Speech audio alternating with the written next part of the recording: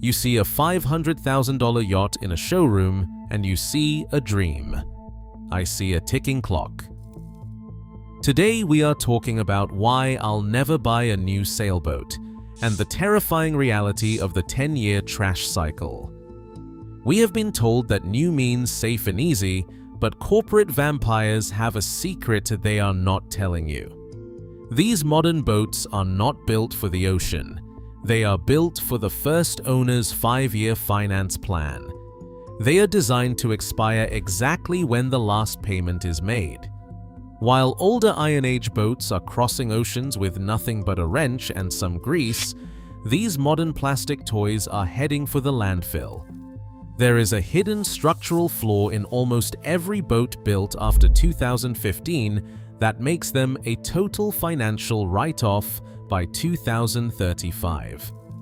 Are you buying a vessel for your grandkids, or are you just renting a floating piece of garbage from a bank? Inside the factory, the clock always wins. Hulls slide down the line one after another, each promising adventure, but built on a schedule that cares more about monthly output than a lifetime at sea.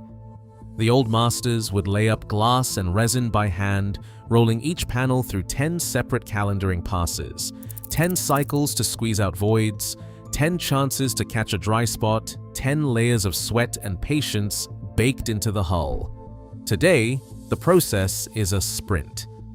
Automated vacuum bag lines and resin infusion systems boast a 30% faster turnaround, dropping the calendaring routine to just 3 or 4 passes. The result is a hull that looks flawless under the showroom lights, but hides a thin skin stretched over a grid core glued together and cured as fast as the line can move. The grid system, patented in the late 2000s, replaced solid glass with a lattice of polymer ribs and PVC foam. It is clever engineering, less weight, lower cost, and a perfect fit for a 5-year financing plan. But every shortcut is invisible until it fails. The bond between skin and core depends on a single pass through a heated roller, not the slow, deliberate buildup of old. A 12-meter hull can now be assembled in under 48 hours, with robots handling most of the layup. The marketing brochures call this progress.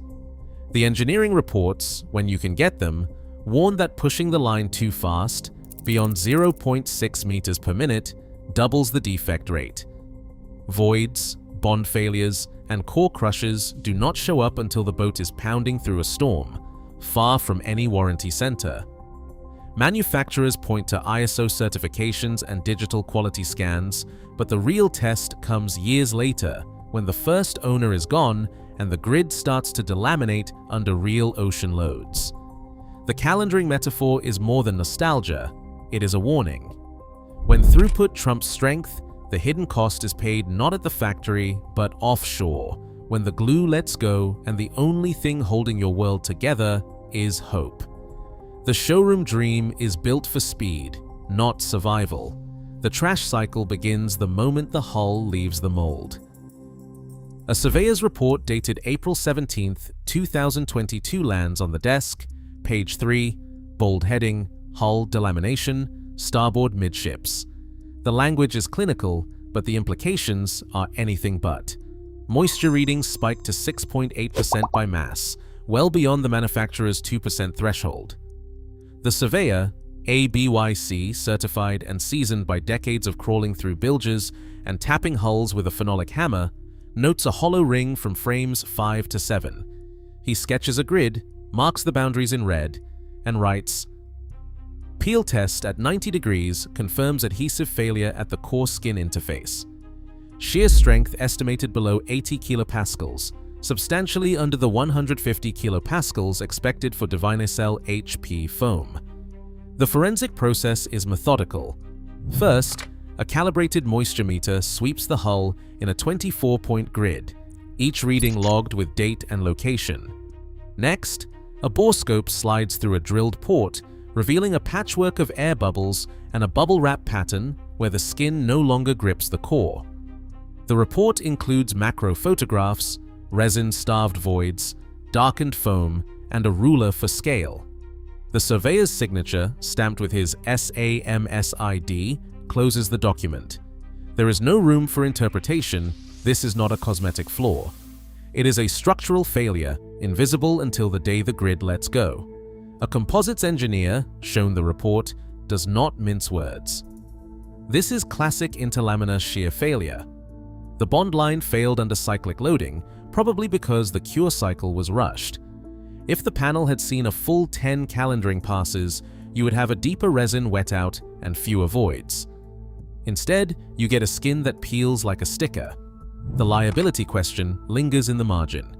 The boat is barely 6 years old, but the repair estimate exceeds $40,000. The manufacturer points to the expired warranty, the owner points to the survey. The hidden defect has become a legal and financial time bomb. This is the moment when suspicion hardens into certainty, the promise of modern engineering has a shelf life, and the invoice always arrives sooner or later with a date and a signature.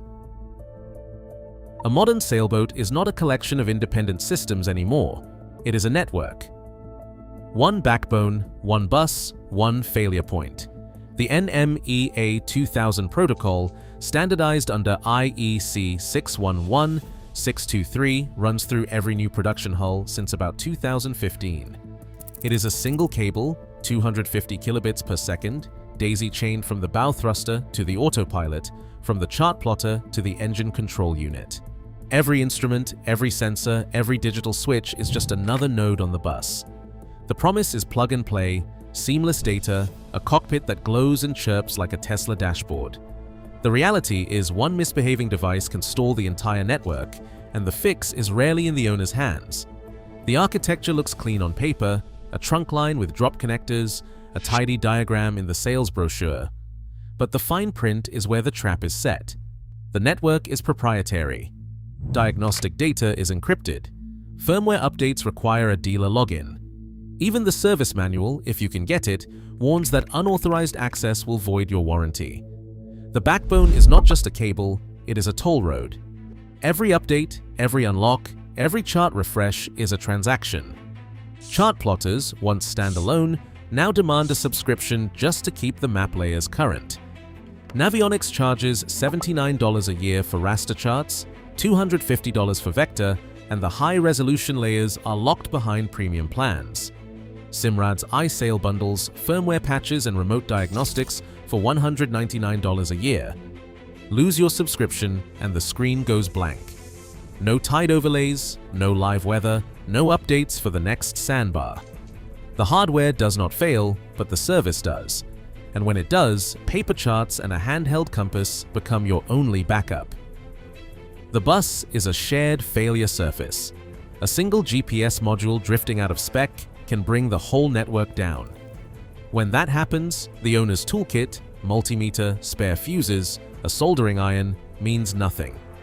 The chart plotter flashes an error that reads, "Firmware not authenticated." The fix is a dealer-issued USB stick or a remote login, and the bill that follows. Annual fees stack up, $300 for charts, $150 for engine control unit calibration, another $120 for engine analytics. Over a 5-year loan, the subscription pile can hit $4,000 to $6,000, money spent not on upgrades but on keeping the lights on. The NMEA backbone was supposed to simplify life afloat. Instead, it makes every owner a tenant. The network is strong when it works, but brittle when it does not. One backbone, one bus, one lockout, away from silence. The floating smartphone is here, and the ocean's invoice arrives every year, always payable to someone else. A chart plotter screen freezes mid-route. Lock 01, software expired, dealer reset required. No menu, no workaround, no reset, just a dead helm and a silent alarm. The owner, a veteran sailor used to solving his own problems, cycles power, swaps SD cards, and even attempts a factory reset. Nothing. The entire navigation suite, autopilot, depth, and engine diagnostics are locked by a single line of code. The only option, call the dealer. A technician arrives with a branded USB stick and a laptop running proprietary software. He plugs in, enters a dealer-only password, and within minutes the system comes back to life. The invoice lists $375 for a reset fee, $68 for diagnostics, and travel time. The owner's logbook marks 1 day lost, a charter cancelled, and a weekend's revenue gone. The service report is brief. Remote lockout cleared. Firmware signature revalidated. Owner advised to maintain subscription. On a 2019 catamaran, a different owner faces ERR 99, navigation suite locked. The chart plotter, just 4 years old, demands a new control board. The part is OEM only, and the invoice totals $462 for parts and labor. 4 days on the hard, waiting for a couriered board and a technician's slot. The boat sits idle, the bill grows, and the error log reads: unauthorized firmware detected, system disabled. August 15, 2022, a 2020 production cruiser flashes ESYS02, system communication error. The dealer's fix is a firmware reset using a proprietary bootloader. The cost is $398. 2 days at the dock, no navigation, no engine analytics, not even a fuel reading. The hardware is fine, but the software holds the keys. These are not rare glitches. Each error code is a toll booth, each reset a transaction. Subscription lapses, missed updates, or a failed handshake with the dealer's server can turn a seaworthy vessel into a floating brick. Hundreds of dollars per reset, days lost, and a creeping sense that ownership is slipping away. Reverse engineers and independent techs see this daily. Dealer diagnostic tools cost thousands and require a signed license. Manuals are locked behind password portals. Attempting a fix without credentials risks a permanent lockout, voiding warranties, and sometimes killing the device. Owners post screenshots of error messages to private forums, desperate for a workaround. The advice is always the same: pay the dealer, keep your subscription current, and hope the system does not lock you out again. A boat becomes a floating smartphone, one expired certificate or missed update away from silence. The invoice always arrives, stamped with the dealer's logo and a simple message: access denied until you pay. A spreadsheet doesn't care about romance, salt air, or the dream of blue water freedom. It only knows numbers. Take a new production cruiser, a 45-foot boat fresh from the factory, with a sticker price just north of $500,000. The average marine loan is written for 10 years, with a typical down payment and a posted annual percentage rate that looks reasonable until the monthly bill lands $9,700 every month for a decade. That is before you add insurance, slip fees, and the subscriptions that keep the electronics alive. Each chart update and every firmware unlock is another line on the ledger. The depreciation curve is steeper than most owners realize. The moment the shrink wrap comes off, the resale value drops by 10 to 15%. By year 5, the boat is worth maybe 60 cents on the original dollar, and the loan is still underwater.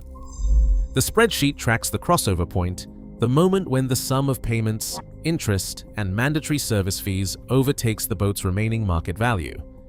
For most modern builds, that breakpoint arrives right around year 10, when the hull warranty expires and the first major structural invoice lands. The math is relentless. Add a $40,000 repair for a delaminated grid, another $6,000 for a locked-out chart plotter, and the numbers start to look less like an investment and more like a slow-motion write-off. A cumulative cost chart tells the story with brutal clarity. The line for a new boat arcs upward, fueled by financing and factory dependencies. At year 10, it crosses the threshold. Total cash out exceeds what the boat could fetch on the open market. The dream is now a liability, and the ocean's invoice, silent for a decade, finally arrives, stamped with a number no sailor wants to see. Surveyor B kneels on the deck, moisture meter in hand, eyes fixed on the digital readout. The probe glides across the hull in a slow grid, each beep a verdict. At frame 6, the screen jumps to 5.3% moisture by mass, which is over double the builder's published safe zone. He marks the hotspot with blue tape, then reaches for the borescope. The drill whirs, a 4mm port opens, and the lens snakes inside. On the monitor, the truth appears. resin-starved foam, dark lines of water migration, and a constellation of tiny voids, each one a breach in the hull's promise. The skin lifts away from the core in ragged patches, a bubble wrap pattern that spells out years of hidden decay. This is not a rare defect. Field surveys since 2015 show that 12% of modern production cruisers carry these invisible wounds. The factory's digital signature fades, replaced by a mosaic of damp, delaminated core. Moisture does not care about warranty periods or ISO certifications. Once it finds a path, it spreads quietly, swelling the foam, breaking the adhesive's grip, and turning engineered stiffness into a liability. The borescope's footage is clinical, but the consequence is personal. Every hidden blister eats away at resale value. Every damp meter reading becomes a negotiation, equity slipping through the owner's hands long before the hull looks tired. The repair invoice arrives, core replacement, laminate rebuild, labor tallied by the hour. The numbers do not lie. What began as a flawless hull on the showroom floor now carries a secret debt, paid in fiberglass dust and lost market value. The trash cycle is not theoretical, it is mapped in moisture, captured in surveyor's notes, and stamped on every repair bill the ocean demands. A battered socket set sits on the cabin sole next to a cardboard box labeled Perkins 4108 Rebuild Kit. No dealer login, no proprietary software, just an $80 bag of gaskets and a list of torque specs printed in plain English. The old diesel is leaking at the water pump, a job any owner can tackle. Pull the belt, crack the housing, swap the seal, and clean the surfaces with a rag. 45 minutes later, the engine is back together, fluids topped, and the starter clicks. The engine rumbles to life on the first try. Oil pressure steady, temperature rising as it should. No subscriptions, no lockouts, no waiting for a technician to fly in with a USB stick. Just basic tools, a little sweat, and the confidence that comes from knowing you can fix your own ship. This is ownership, earned, not rented. Sovereignty. On the Water starts with a checklist. First, demand open diagnostics. If a chart plotter, engine, or autopilot cannot be serviced by any qualified technician, walk away. Second, require full access to service manuals and firmware. If a manufacturer hides repair documents behind dealer portals, they are not selling you a boat, they are selling you a dependency. Third, factor every subscription, every lockout, every mandatory dealer reset into your ownership math. If the system bricks without a paid update, it is a floating smartphone, not a vessel. Fourth, support right to repair legislation. House Bill 1789 puts marine electronics on the same footing as farm equipment and phones, forcing manufacturers to provide tools and software to owners and independent shops. The petition is live at repairfreedom.org/sale. The right to repair is the right to roam. The sovereign sailor refuses to finance their own helplessness. Choose the boat that lets you be free. Today's sailboat is not built to outlast storms. It is built to outlast a warranty. With every calendaring pass, the industry trades resilience for speed and sailors for subscribers. The ocean does not care about factory reset codes or dealer service portals. Competence is sovereignty, and every repair you make is a vote against engineered obsolescence. The real legacy is not a floating smartphone, it is a vessel that answers only to you. Let me know your thoughts below.